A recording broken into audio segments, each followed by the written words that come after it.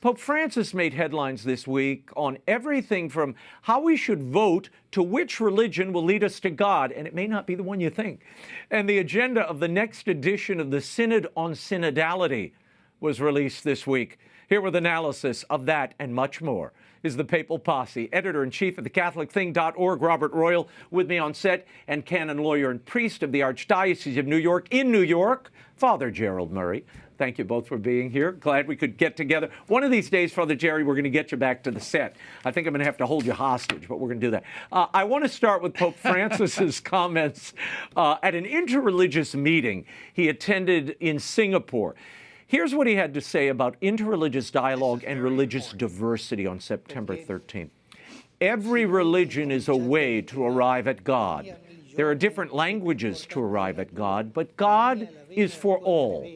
There is only one God, and each of us has a language to arrive at God. Sikh, Muslim, Hindu, Christian, they are different paths.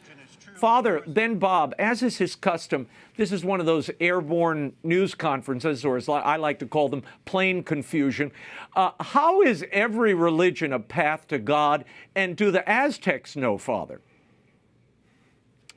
Well, this is a statement that is really unacceptable.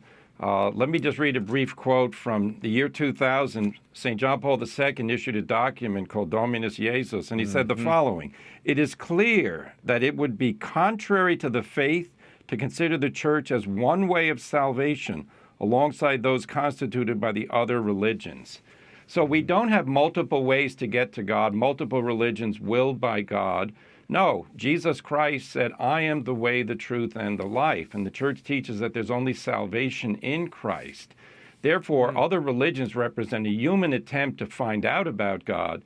But Christianity is the religion revealed by God and gives us the truth to know what we're supposed to do. So the Pope's talk here is misleading in the sense that it's giving the impression to people who aren't Christian, you don't need to convert in order to be following the path that God gave to the world. Yeah, Bob, this sounds, at least to those on the outside, those not in the Catholic Church, like the Pope is embracing the Joseph Campbell view of the world, which is, all the languages, the different faces of the same story, the same God. Does that comport with the Catholic tradition? Well, the odd thing for me is that he could have saved this commentary very easily. It seems to me that he could have said to them, look, naturally we are Catholics. We believe that the fullness of the truth exists in the revelation that Jesus Christ and the Lord has given us, and that we hope that others, we can live in harmony and peace with others, where we don't need to fight over these things. We hope we can live with them, and we can help them towards the fullness of the truth. And then we could have talked about the different languages and whatnot. I don't know that that's the best image to use. But the sense that this gives, I think, to the world, to the people you're talking about who are outside of Catholicism, is that the Pope himself doesn't feel any sense of urgency about Christian evangelization. Now, people have been trying to say we got to cut him some slack. It's young people. He's speaking off the cuff. Yeah. It's a small group. But do we really want to send out that message at this moment in history? I mean, there are places where there are strong religious conflicts. I don't know that Singapore is one of them, actually. But I think the greatest urgency for a Catholic, for even a Christian at this point, is to preach the gospel to the whole world. Well, and Father, look, anytime there's a camera around, those comments, whether you got 10 people in front of you or 100,000, they're going to get broadcast, and they're going to hit ears new and already a part of the Catholic faith, and not everybody's going to have a theological degree. So precision is needed. A few days later, on September 17th, in a video message to young people attending another interreligious gathering, Pope Francis revisited this theme, saying the following: "Unity is not uniformity, and the diversity of our cultural and religious identities is a gift from God. Unity in diversity." Father, he seems to be doubling down on earlier statements about religious diversity having the same goal. Does the Church no longer teach that unity is found only in Christ?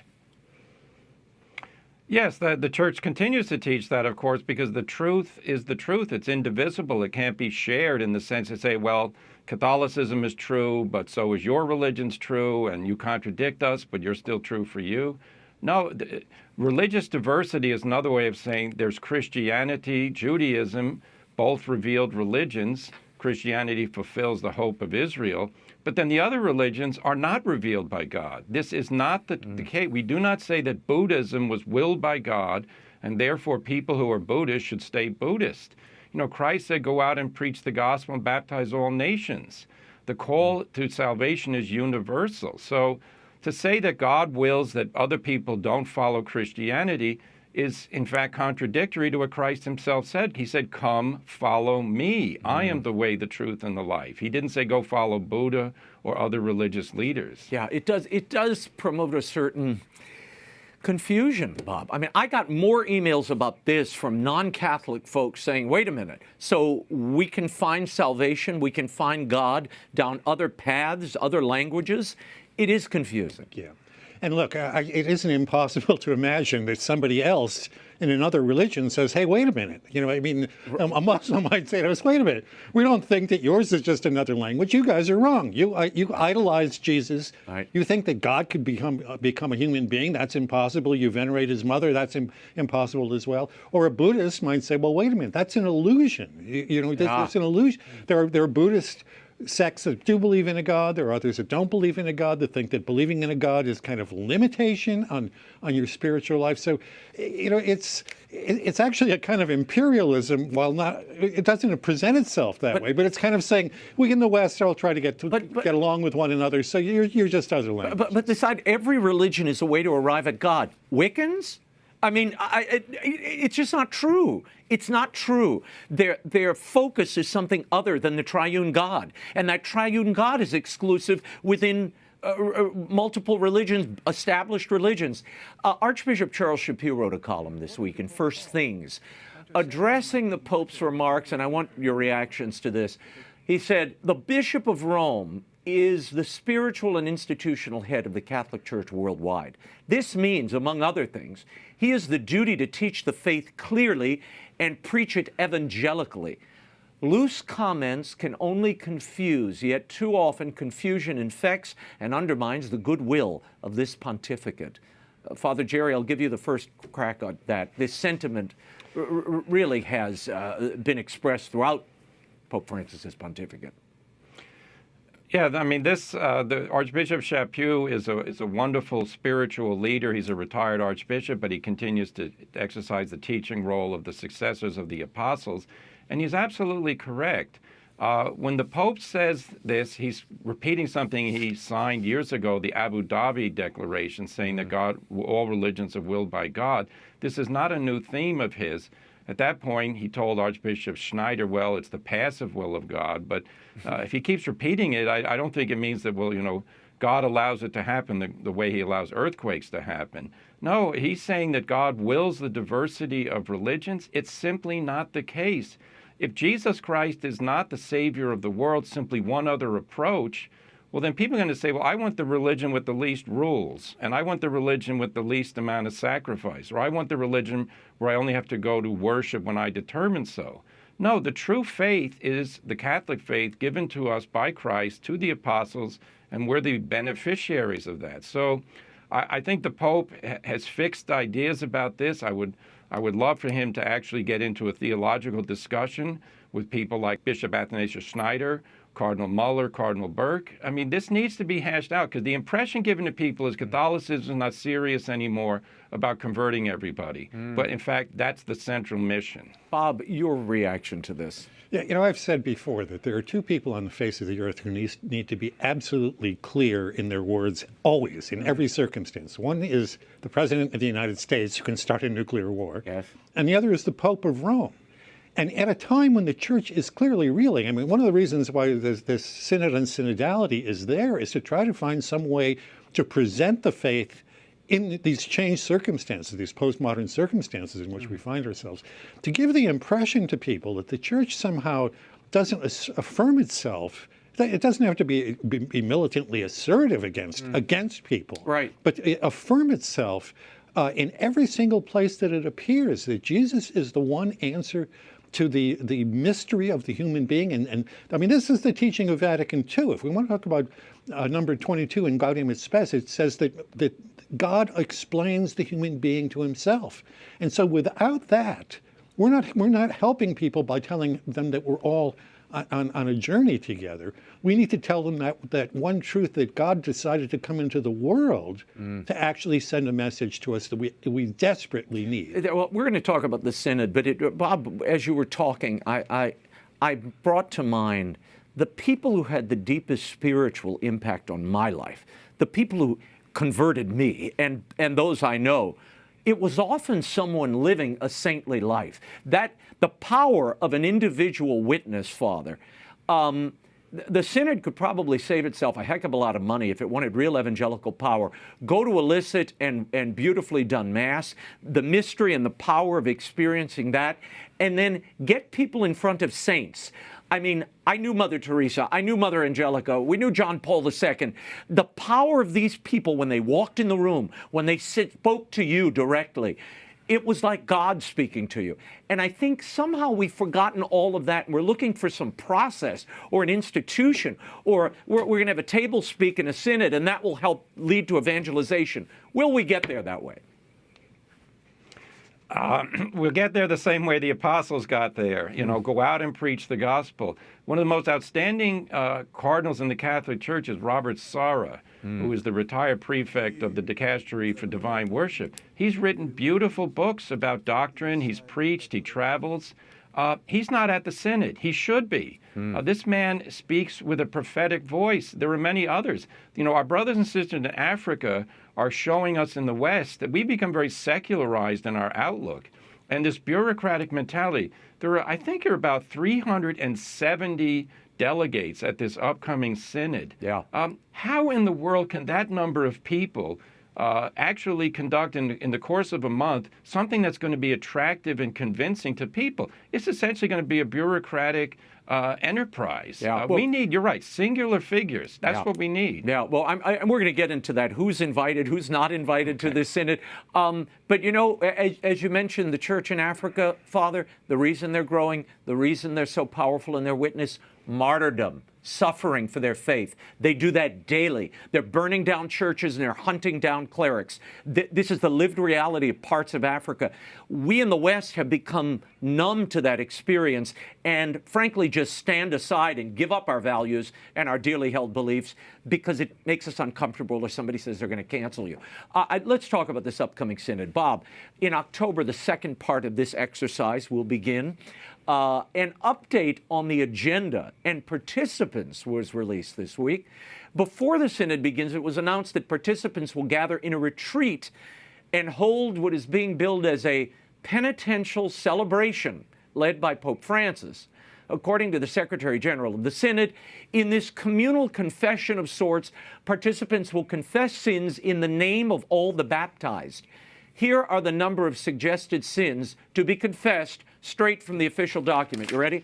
Sin against peace, sin against creation, sin against indigenous populations, against migrants, sin of abuse, sin against women, family, youth, sin of using doctrine as stones to be hurled, sin against poverty, and my favorite, sin against synodality, lack of listening, communion, and participation of all penitential celebration in St. Peter's Basilica. That's what it's being billed as. Bob, don't we need to know what something is before we can confess it as a sin? I mean, what is a sin against synodality? I don't know what that means.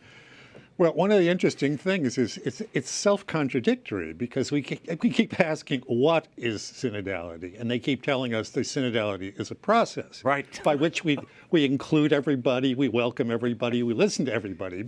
But if someone comes along, as actually happened when the Synod organizers put out a tweet, or I guess we call it an X message X post. Now, they asked, do you think that the Synod will help us, better convey the faith? Like 90%, almost 90% said no. I remember that poll. But listen, I mean, this is a very serious point. If you're going to be open to every point of view, and someone says, well, wait a minute, we're involved in this navel-gazing, and maybe this wasn't the best way to go about it. Even if you grant that what we want is to walk together, maybe this isn't how can it be a sin to make a statement that is supposed to be welcomed by synodality? Right. And all the others, I have to say, when I first saw that letter that they sent out, someone suggested that it might be a hoax. That's what I thought when I first read it. I thought it was a joke. You say, well, wait a minute, a sin against, they're going to confess for us, the sin against creation. Well, you left the air conditioner on too long. I mean, I don't know what those sins could possibly be unless you're a callous polluter who owns a company. Is every Hispanic border agent, many of whom I've met down at the border, in Eagle Pass and some of these places along the southern U.S. border, are they all engaging in sin against migrants because they're fulfilling the law? Where you didn't have permission to come, but you came, and I have to, say sorry. You have to go back and get in line. Is that a sin? I guess it is, Father. This newfangled, it seems, any opposition to this newfangled agenda is a sin. I mean, if I don't want to talk about female ordination, I guess we're engaging in a sin. Well, this is the politicization of the examination of conscience. I mean, this basically could have been a review of a political agenda for a political convention. And by the way, where's sin against the truth? Because it says sins of abuse. Well, wait a minute, they left out the words sexual abuse of minors. And what about the sexual abuse of women religious? The Rupnik case is still staring us in the face. A man who is credibly charged with sexually abusing in the most vicious and horrible way novice nuns under his authority, he's still a priest in good standing. This is ridiculous. Now, as regards the rest of these sins, particularly against synodality, this is like groupthink. This is like 1984. If I don't think exactly what the leaders of the synod think about synodality, then I'm guilty of a sin. No, this is getting to the level of the grade school teacher telling children, I don't like the drawings you're making. You can only draw what I tell you to draw. No. We want freedom in the church. Well, Father, before I leave this topic, and I want you to sign off on this first, what do you make of the entire new form of confession being proposed here? This kind of corporate penitential service with proxies confessing for all the baptized. I mean, what's next? Confession at Starbucks? I send my kid through the drive-thru and he can confess for the whole household. Why not? No, this reminds me of Soviet show trials or communist Chinese show trials where people get up and said, yeah, I did the following things because the leadership said I did. And even though I don't remember that I did them, I said I'm going to do it. No, you don't confess other people's sins. You can't confess on behalf of the rest of them. You can do penance for other sinners. No, the idea that I'm confessing for all the baptized. No. Each baptized person will confess before God. This is turning religion into a plaything. I really object to this. Yeah. Bob, your final thoughts on this? And look, if you just go run down the list the way you just did, and I really would encourage anybody who wants to understand this to go through that list. It's a list of sort of liberal, leftist, progressive causes, the climate, women, migrants, the poor, whatnot. What about the Catholic points of those of us who have sinned against the light, who have not accepted fully what the Church has tried to take us through traditionally? What about abortion, which I think it kills as many people every year globally as all other causes? Why is that issue something that's not brought up? Family is kind of mentioned, but how about sins against marriage? Yeah, we're going to get to that. Yeah. We're going to get to that in a moment. But look, I want to get your take also on this year's agenda and how the controversial issues, Bob, and you're on your way to Rome, issues like women's ordination, celibacy, LGBT issues, they seem to have been totally sidelined this synod. As we now know, we've been reporting, these issues have been shifted to 15 study groups that were formed at the end of last year's synod, which will continue to meet through June of 2025. Bob, your thoughts on these study groups, and do you believe this is where the real work of the synod is going to be done, free of any bothersome listening to objections? Yeah, well, you mentioned I'm going to Rome, and I Yes. have to say I'm not looking forward to the day-to-day. Bring your Kevlar, pal. Yes, because I think that's going to be it's potentially dangerous, but it's also, I think, going to be a real grind, which it was last year when I was there as well. I won't send you with the Raymond Arroyo backpack. you won't have to bring that one too. But look, we're going to find out. I mean, you've raised an interesting question. We're going to find out in June if, in fact, we get definitive answers about those issues that you raised in June. Maybe it may go on even further. It may be that this is the old tactic of appointing a commission so that you never have to decide something, or it may be taking that out of the hands of the larger groups, because we have seen in the past synods going all the way back to 2013, 2014, that they haven't quite delivered what was expected to be delivered. So maybe this is the way to put those off and get them by a certain subterfuge, or maybe it's just a delay tactic that we avoid having to come down one way or another in the meantime. Father, I want to get your thoughts on the participants at this synod. There are not many changes, but Archbishop William Lori will be replacing Cardinal Timothy Dolan this year. Dolan, of course, turned 75 in February, which could be an indication of the Pope's plans for the New York Archdiocese.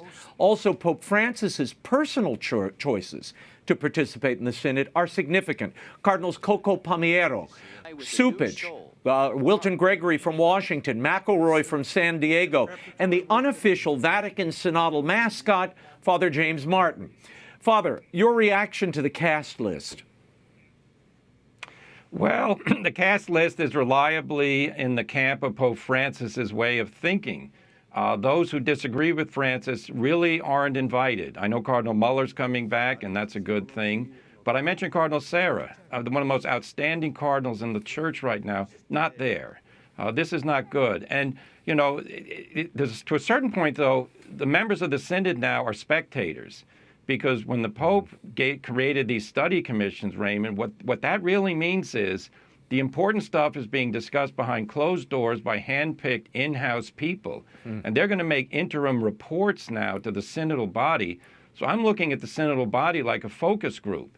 They're going to put trial balloons out and say, well, this is what we're thinking. What do you think? And then based on that, then they're going to make the final decisions. Really, this is, when you think about it, the Pope went from having a synod of bishops to having a synod of bishops and everyone else, and now it's going to be a synod of experts. This is the way, sad to say, the European Union functions. You know, they have a huge parliament, but everything gets decided by the European Commission. So this is not, I think, a fulfillment of what the Pope said, todos, everybody, everybody, everybody. Well, wait a minute.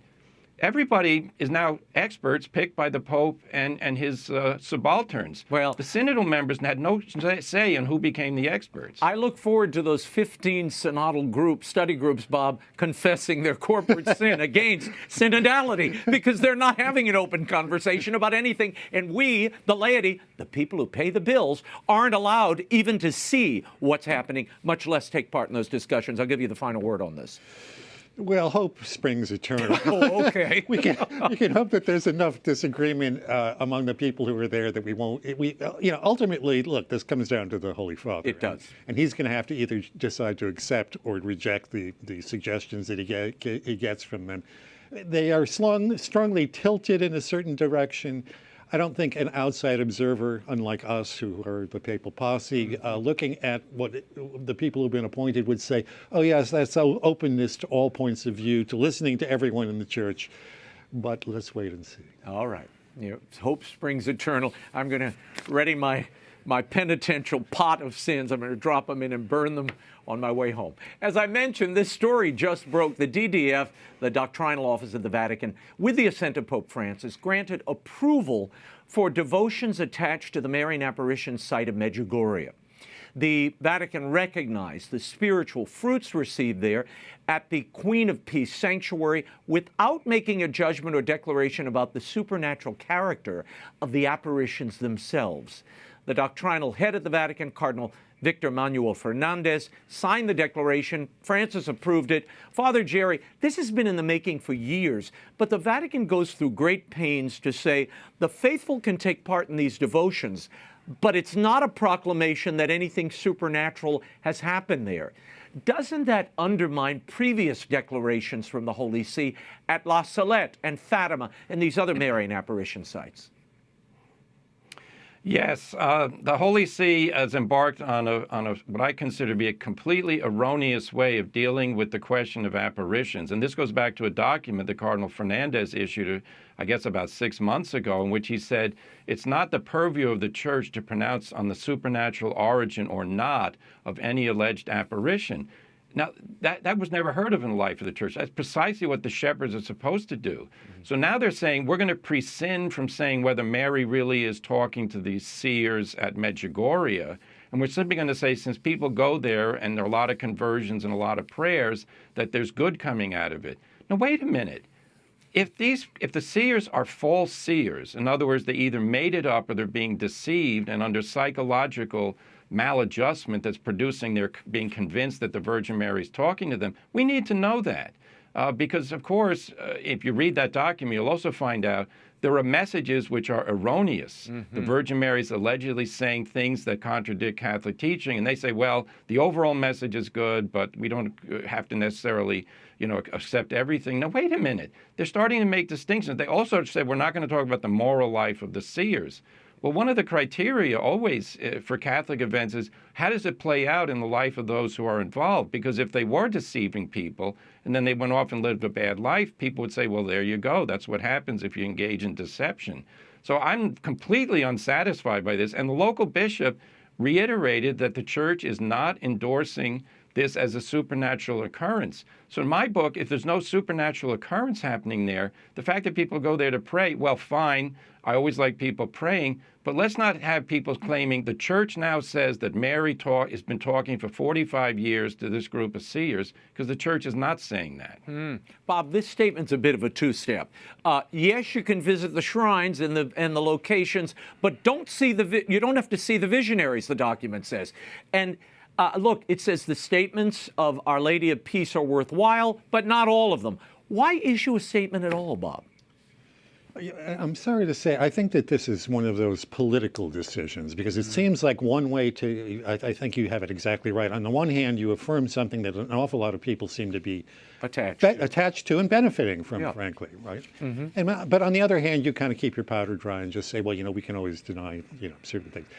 For me, it's very interesting that they've kind of emphasized that they don't want to affirm the negative projections that maybe there is a dark future ahead in the world, which, by the way, if you're a secularist these days, when you see what's happening in Ukraine or in Israel and other places in the world, it's not exactly unrealistic to talk about some unfortunate things that look like they could actually happen. Yeah. So if Our Lady is warning us about that, as she certainly did at Fatima, and I think Fatima is one of the most obvious examples of Our Lady coming and warning us about what actually happened in the 20th century. Yeah. I think we've got to take that seriously and not approach these things as if they are somehow political, that we massage it. We kind of say yes to it, but we're not going to really endorse it. Well, like Our Lady of Akita talking about Cardinal, and I mean, it's pretty clear she was on to something. I want to move on to Pope Francis's remarks on the U.S. election, since we're in the heat of a very contentious campaign season here in the United States, not to mention being in the aftermath of a second assassination attempt on the GOP candidate, Donald Trump's life. The papal plane pressers are usually a goldmine of sound bites. Pope Francis said this on Singapore. He was asked about voting, how U.S. Catholics should vote in this important election. He said this: expelling migrants, not giving them the possibility of working, not welcoming migrants is a sin. It is grave. On abortion, science says that in the first month after conception, all the organs of a human being are already there, all of them. Performing an abortion is killing a human being. Whether you like it or not, this is killing. It is said that not voting is bad. It is not good. You must choose. And you must choose the lesser evil. Who is the lesser evil? That lady or that gentleman? I don't know. Everyone in conscience think about it and do this. Pope Francis' statement there. Father, what do you make of the moral equivalency here? I mean, turning a migrant, even a criminal one, with a criminal record, turned away at the border with the slaying of an innocent child. Yeah, there is no moral equivalency between legitimate immigration enforcement and the killing of unborn children. We have to face the fact that those who are engaged as politicians in creating laws and enforcing them so that children die at the hands of medical doctors in the process of abortion, those politicians disqualify themselves to represent the people of this country who are interested in morality. You know, we live in a country now where you have freedom to vote. We should use that vote to elect people who are going to stop legalized child killing. Now, yeah, when the Pope says that, you know, you have to decide, it's not clear which is morally worse, I think it is very clear. And Pope Benedict, of course, when he was Cardinal Ratzinger, issued a letter to the American bishops regarding voting for candidates who are pro-abortion. So I don't know where this is. And by the way, about immigration enforcement, is the Vatican going to set up a tent city behind the walls because, you know, immigrants are entitled to stay wherever they arrive at? Of course not. There is no right to forcibly or illegally enter a jurisdiction and then claim the right to remain there. It's up to that country to decide what they're going to do. So, you know, the Vatican City has not become a refugee camp, but according to the Pope, if somebody got past the Swiss Guard, it would be a sin to throw them out. Yeah. Of course it isn't. No. Bob, he said something else that I didn't read there. The Pope said both are against life, meaning both these candidates, be it the one who kicks out migrants or be it the one who kills babies. Both are against life, really? Well, look, if we were really thinking like Catholics about these issues, I mentioned earlier that abortion kills globally more probably as many people as all other causes. Yep. And this is willful. This is not just, you know, what happens in human life. So to me, that is a malum in se. It's an evil in itself, technically in moral reasoning.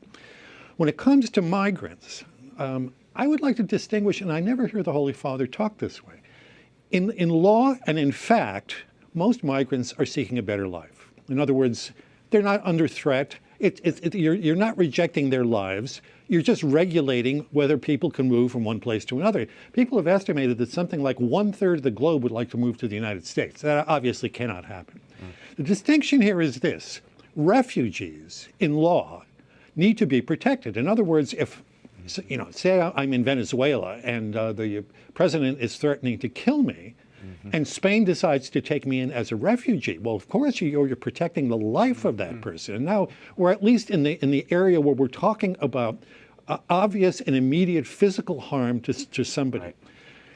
In the case of migrants, though, it's a desire, and it's a desire that needs to be regulated because otherwise, no nation will function normally, as we're seeing here in the United States. We're seeing it in Europe, even in Africa, where there's a brain drain from one country to the next. We learned about this during the Synod on youth, where some of the African bishops were saying, "Wait a minute, we don't want all our dynamic and energetic and intelligent people to be moving elsewhere. We need those of our own people to help develop our country as well." So, look, that's a very complicated question, migrancy.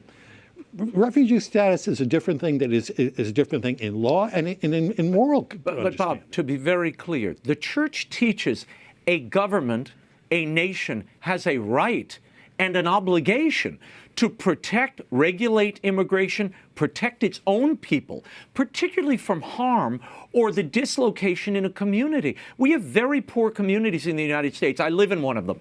And when you bring more poor people in, the citizens are being disadvantaged because they're now in competition for the same services, and those services are not unlimited. I'm sorry, they're not. So unless the magic sky is going to open up and gold is going to fall, I don't know how you absorb or sustain this influx of people. I know they want to come, but they have to come orderly. We have to know who they are and whether or not they're willing to become citizens of whatever that country that they're Look, let's add this too. Yeah.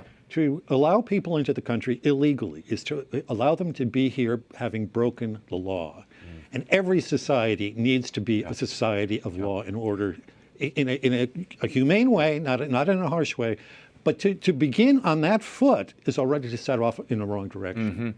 Gents, there is a group of Catholics, while we're talking about the election, who've certainly determined who they feel is the lesser of the evils this election season. A group billing itself as Catholics for Harris-Walz they held an organizing conference the other day, making their case of why Catholics can and should vote for Harris. This is Sister Simone Campbell of Nuns on the Bus fame. She's a lobbyist, a progressive nun. Listen to this. I got a chance to meet Vice President Harris, and we had a lovely conversation about what mattered, about affordable health care and the health care issues that we had worked so hard on. I don't know if y'all can see the questions that people were asking. The big one's always Catholics and abortion. Drives me nuts. Drives me nuts. So how do we deal with it? What do we do? How can we handle this? The fact is, our faith does not require the outline of abortion. Our faith teaches us that protecting life is what we're about. And we also trust each individual to have a well-formed conscience for making decisions, in this case, for her well-being. And that a couple working together can make a good decision when this complicated, stressful horror of a difficult pregnancy is dealt with. Father, your reaction to Sister Campbell's depiction of abortion as a difficult pregnancy to deal with? And I'm horrified that a Catholic religious sister would say that the Catholic faith does not require the outlawing of abortion. It absolutely does. Is she unfamiliar with the teaching of the Church over 2 millennia? The unjustified killing of any human being is wrong. When that occurs in the womb of the mother, it's called abortion. It's wrong. She gets mad that people bring up abortion. She's not mad about abortion. I mean, this is ridiculous. This is why we have a problem in the Catholic Church right now, that a religious woman who is supposed to represent the Church and how she teaches and lives is promoting legalized abortion. And she thinks that this is good. She talks about we want to help the community. She's obviously excluded from the community unborn children. That's cruel.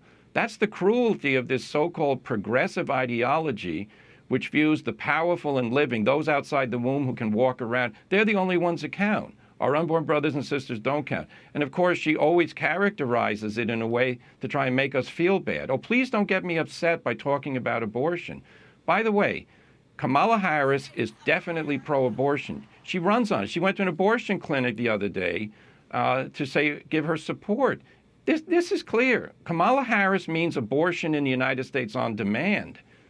Catholics should not be voting for abortion on demand. They should be voting for pro-life laws. Bob, does the Catholic faith allow the moral flexibility on abortion that Sister Simone is talking about, that it does not require the outlawing of abortion? I would say no. I would say absolutely no, because it requires us to protect all innocent human life, as Father was just saying. Look, the lie in in her statement is that these people have well-formed consciences. Right. In fact, they have malformed consciences. They have the malformed consciences that are like what liberal Democrats consider to be their consciences. And I trace this all back to a certain interpretation of Vatican II. Women of her age, she's about the age of Nancy Pelosi. Nancy Pelosi and some of her friends always used to talk about how God has given women, the ability to make decisions for their own, which is true. Women can be matured persons who decide important things. But like everybody else, women have to follow the moral law. They're free to decide how they're going to be doing that in certain circumstances. But abortion is never a moral choice. Now, if you want to talk about medically necessary interventions because a mother's life is at risk, or when there's an extreme problem with the baby, those are those difficult cases which are very few. They are not the large, almost the entirety of what happens in abortion. Abortion is done for economic reasons. Women don't want any more children. What she is doing is lying, pure and simple. The Church does, if you can read through the Catechism, and you can find all sorts of different segments of the Catechism making this argument, and Father rightly says, those politicians and those Catholic religious who make it possible to do this, they don't represent the Church, and I think that they ought to be rejected politically as well as inside the Church. Before we run out of time, I think we have like 3 minutes here. The Pope made reference to Communist China on his plane ride back from Singapore. With Jimmy Lai still incarcerated, the Vatican-China Accord still secret, Pope Francis said this, and I'll translate for you. I am happy with the dialogue with China. The results are good. Even as far as the appointment of bishops is concerned, we are working with goodwill. The Secretariat of State has told me how things are going, and I am happy. For me, China is an illusion. I would like to visit China. Father, he went on to call China a great country he admires and respects. China has a capacity for dialogue and understanding, he said, that goes beyond other systems of democracy, end quote. Father, what limoncello are they serving on that plane, and how could the Pope say that stuff with a straight face? No, I am heartbroken and sickened when I hear this statement that the current status of Vatican-Chinese relationships is good. The Chinese government is oppressing the Catholic Church in China. It holds Catholics in prison, such as Jimmy Lai. They created a diocese and appointed a bishop against the will of the Vatican. The Vatican conceded it later. They have requiring priests and bishops to belong to the Patriotic Association, which is a Communist Party entity. There is no religious freedom. Children can't be given religious instruction. The Pope cannot freely appoint bishops in China. The Chinese Catholic agreement is secret. Why is that? You know, the age of transparency, we ought to know what it is that we're getting in return for what we're giving to them. Father, I want to this is enraging. I want to get Bob in on this. We have a minute left. Yet they're renewing this Vatican-China agreement. The Catholic bishops are appointed without Catholic approval, as Father just mentioned. Bishops and priests are disappeared. Why renew this agreement? Is it just because I want to go visit? A papal visit? Thomas Jefferson once said about slavery that it was like holding the ears of a wolf. You can't hang on and you can't let go. And I think that once you've entered into this, it's difficult to back off from it. Look, in addition to the appointment of bishops without consulting with the Vatican and then kind of recreating a diocese, they're also imparting the Sinicization on all religious groups, including Catholics.